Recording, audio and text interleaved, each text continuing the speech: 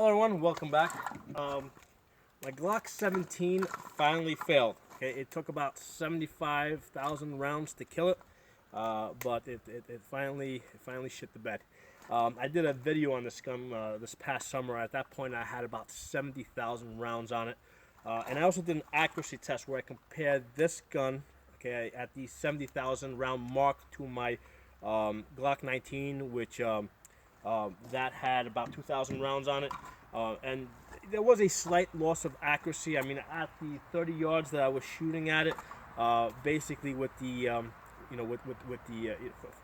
actually had it inside one of those, I think I call it macaroni or macronio.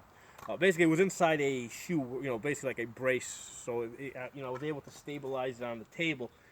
And with the Glock 19 that had 2,000 rounds on it, I think I was shooting about like 4 and 5 inch groups. Whereas with the Glock 17 with the 70,000 rounds on it, I was shooting like 7-inch groups. So there was a, that's at 30 yards. So there was a slight loss in accuracy. So at 75,000 rounds, the failure point on this gun is the trigger reset. Slide catch works fine. Take the magazine out. Okay, and basically that's dead. The trigger will not reset. Now what I found is that if I point the gun down, now all of a sudden the trigger is resetting. So maybe somebody else can figure out exactly what's happened there. See, that trigger is now resetting in the down position, and it's doing it consistently. When I hold the gun horizontal, I have a dead trigger. All right, so that's pretty interesting. Of the 75,000 rounds I have shot on this gun, about 95% of it was steel case. Most of it Tula, and I think over the last year I've been shooting a lot of Winchester steel case. So the extractor didn't fail. The failure point was the trigger reset. Let's take this gun apart, take a look at it on the inside. Alright, so here's our recoil spring, and this looks as tight as, as far as I know, as far as I can tell, recoil spring looks good. All these parts are original. I've never changed anything on this gun. The way I bought it is the way it is. So recoil spring looks good to me. Barrel, as I look through it, I can see the rifling. I'll try and angle it so you guys can get a glimpse of that rifling. So the rifling looks decent to me. I can't tell. I'll roll the thing around so you can look at it. I see very little wear. Basically, it's not even wear, it's discoloration. I would call it discoloration on a few parts of the barrel where it makes contact, but nothing major. It certainly has not bit into the metal much. Everywhere I touch it, it's pretty smooth. So that is the barrel. Barrel looks good to me. I would probably keep using it. The slide.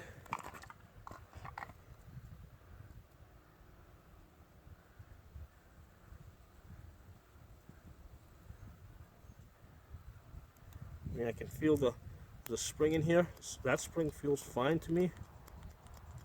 The firing pin block, I can feel the spring in there is fine. And when I pushed it, I can see the firing pin came out. I can see that firing pin has a decent point on it. And I see a little discoloration up here. But that's really all I see on this gun. I see discoloration. I don't see anything that has, basically bitten into the metal and worn it away. Looking at the frame, I'm going to guess that the problem is with this thing over here and someplace back there where it attaches.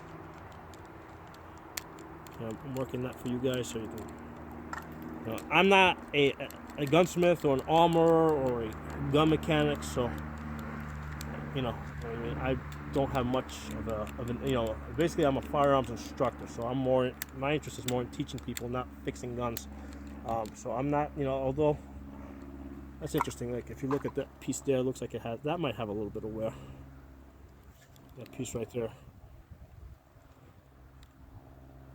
But what I'm planning to do with this gun is I'm going to send this out to a certified Glock armorer, and basically I'm going to tell him to look over the whole gun and decide what needs to be changed, in order to make it reliable.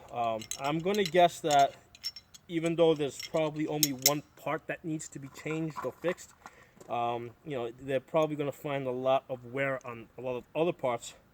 And at this point, I want a reliable gun, so I'm going to just tell them to change whatever they need to change. And at that point, this gun is no longer the same gun. It'll be, in that sense. So, like I said, if I hold the gun down, it seems to reset pretty fine. Okay, so it's resetting when it's pointed down. However, when I hold it horizontal, I have a dead trigger. So that's interesting. So that is the failure point of the Glock 17 with 70,000 rounds on it.